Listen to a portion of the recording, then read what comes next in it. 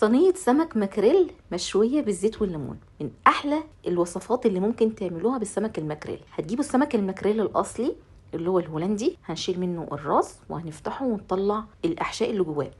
لو انتوا مش عارفين تميزوا بين السمك الأصلي واللي مش أصلي، نقوا السمكية اللي راسها صغيرة وعينها صغيرة، وطبعا بيكون قلبه أبيض كده والخطوط اللي فيه بتكون منتظمة. نضفته كويس جدا وغسلته بملح وليمون، وبعدين شطفته وابتديت ان انا اعمل فيه زي فتحات بالسكينه بالشكل ده، علشان لما اجي اتبله التتبيله تدخل جواه ويديله طعم حلو. تمام، تعالوا نحضر التتبيله. معايا فلفل حراق وتوم ضربتهم في الكب، حطيت عليهم ملح وكمون بابريكا كزبره، وحطيت عليه ليمون وشويه خل كده ومعلقه كبيره من المستردة، وقلبت الخلطه الحلوه دي. وعايزه اقول لكم التتبيله دي خطيره وريحتها تحفه. ابتديت ان انا احشي السمك من جوه بالتتبيله الحلوه دي، من جوه وكمان من بره، من الفتحات دي عشان تدخل جوه الفتحات وتديله طعم من جوه.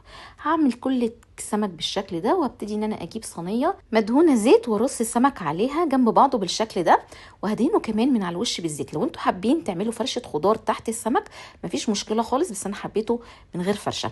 وبعدين دخلت الصينيه دي الفرن، وهو في الفرن هنعمل الصوص بتاعنا. معايا عصير ليمون وشويه زيت وشويه شطه، وهو ده بقى الصوص اللي انا هسقي بيه السمك اول ما يخرج من الفرن.